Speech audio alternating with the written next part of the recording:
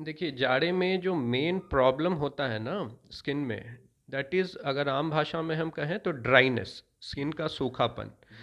जो कि मौसम के बहुत जैसे वेदर कंडीशन जब टेम्परेचर गिरता है और ह्यूमिडिटी भी बहुत कम हो जाती है तो और चूंकि ट्रांस एपिडर्मल मतलब हमारे स्किन से जो वाटर कंटेंट है वो भी थोड़ा सा कम हो जाता है और मौसम की वजह से वो डबली और रिफ्लेक्ट करता नमस्कार। दीपायन न्यूज में आपका एक बार फिर से बहुत बहुत स्वागत है। दीपायन न्यूज के पिट एंड हेल्थ में अभी हम डॉक्टर कुणाल सिन्हा जी के पास आए हुए हैं जो स्किन स्पेशलिस्ट हैं और ये स्किन से संबंधित सारी जानकारियाँ देते हैं। सर, आपका बहुत बहुत स्वागत है हमारे चैनल में। Thank you. Thank you. Sir, ठंड का मौसम आया हुआ है, जाड़े में स्किन कहा जाता है सिकुड़ जाता है, कई तरह की बीमारियां अभी ज़्यादा उभर कर आ जाती है। तो सबसे सर कि कौन कौन सी बीमारियां इसमें आती है, स्किन के बारे में जानकारी दें सर। तो ऐसा है कि देखिए जाड़े में जो मेन प्रॉब्लम होता है ना स्किन में, दैट इज़ अगर आम भाषा में हम कहें तो ड्राइनेस, स्किन का सूखापन।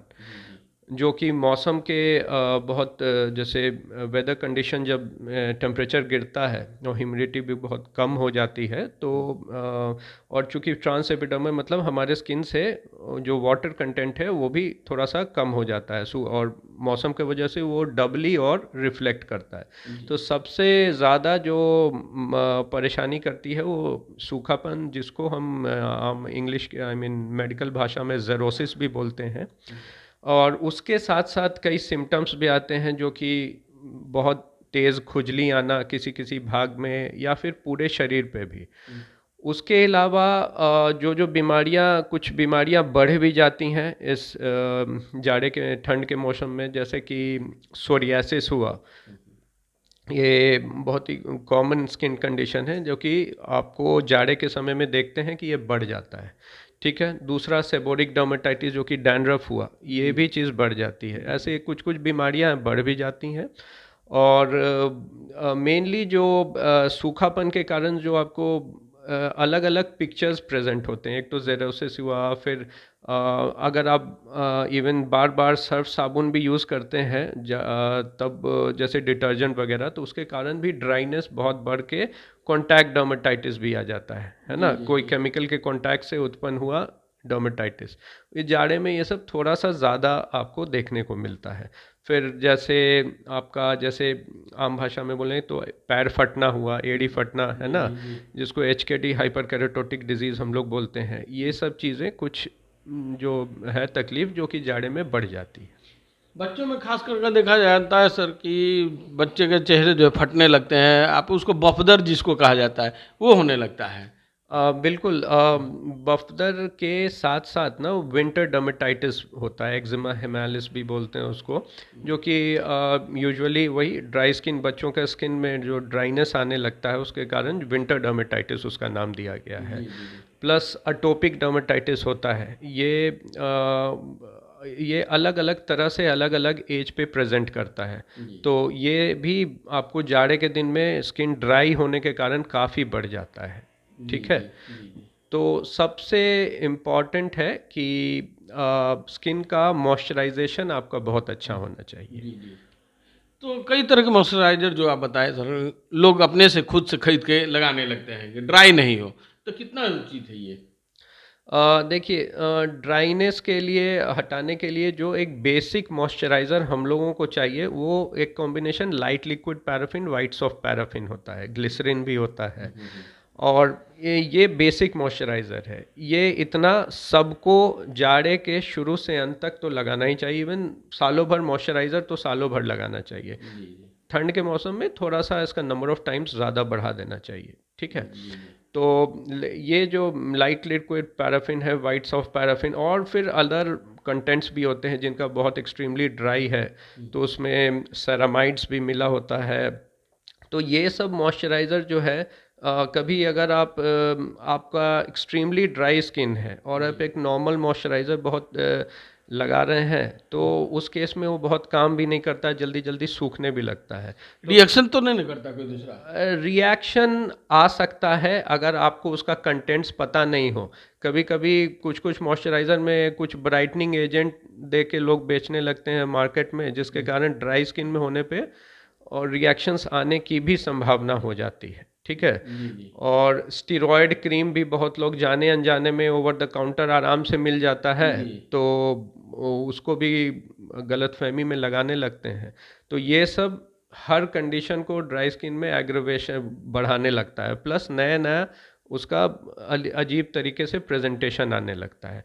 तो खुद से अगर मॉइस्चराइज़र लगाना है तो ये कॉम्बिनेशन आपको light liquid paraffin, white soap paraffin का मॉइस्चराइज़र लगाना चाहिए। और बाकी अगर उसके साथ अलग कोई और परेशानी है, जैसे इचिंग है या फिर वो मॉइस्चराइज़र नहीं काम कर रहा, तब आपको अपने चर्म रोग विशेषज्ञ से सलाह लेके ही आगे का ट्रीटमेंट प्रोसेस करना चाहिए, या एक ऐसा मॉइस्चराइज़र जिसको आप हमेशा लगा सकें, वो आप कंसल्ट करके ऐप पर कर लें अगर खुद से आपको नहीं समझ में आ रहा है तो। सर आम लोग तो जो गरीब तबके के हैं मॉइस्चराइजर खरीदने में भी सक्षम नहीं हो पाते, उनके लिए क्या बने? नारियल तेल कुछ लोग कहते हैं ये। बिल्कुल, नारियल तेल इज़ लाइट लिक्विड पैराफिन, ठीक है ना। तो इवन वैसलीन जो होता है, पेट्रोलियम जेली, सबसे कॉमन सबसे सस्ता नारियल तेल है। आप उसको लगाना शुरू करें।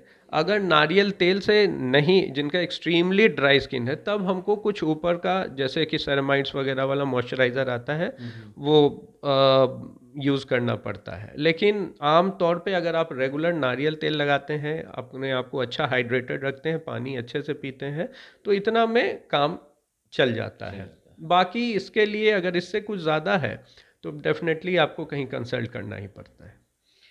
ये तो होगी आम लोगों की बात। सर यंग लोग जो है होते हैं अपने चेहरे पे खास कर मतलब खास तरह का ध्यान देते हैं, नई नई की क्रीम खरीद के लगाने लगते हैं, ये कितना उचित है सर? देखिए आजकल ऑनलाइन का ज़माना है, सब कुछ एकदम आपके फिंगर टिप्स पे है, आप जो चाहें तब मंगा सकते हैं। लेकिन ये प्रोसेस जहाँ तक हमको सुविधा देता है, कहीं कहीं हानिकारक भी है, क्योंकि जाने अनजाने में हमने बहुत सारे यंगस्टर्स को देखा है कि वो मतलब अलग अलग सीरम्स ट्राई करने लगते हैं। कोई विटामिन सी लगाने लगता है, कोई नाइसिनामाइड लगाने लगता है, जबकि उनको शायद उसकी ज़रूरत भी नहीं है। मेरा ये कहना है कि क्या हमारे माँ बाप या दादा दादी के जनरेशन जो थे, क्या उनका स्किन इतना ख़राब था? उस समय तो इतना ट्रेंड नहीं था, इतना सीरम्स का और ये सब जो निकला है, तो क्या उनका स्किन तो इतना ख़राब तो नहीं था?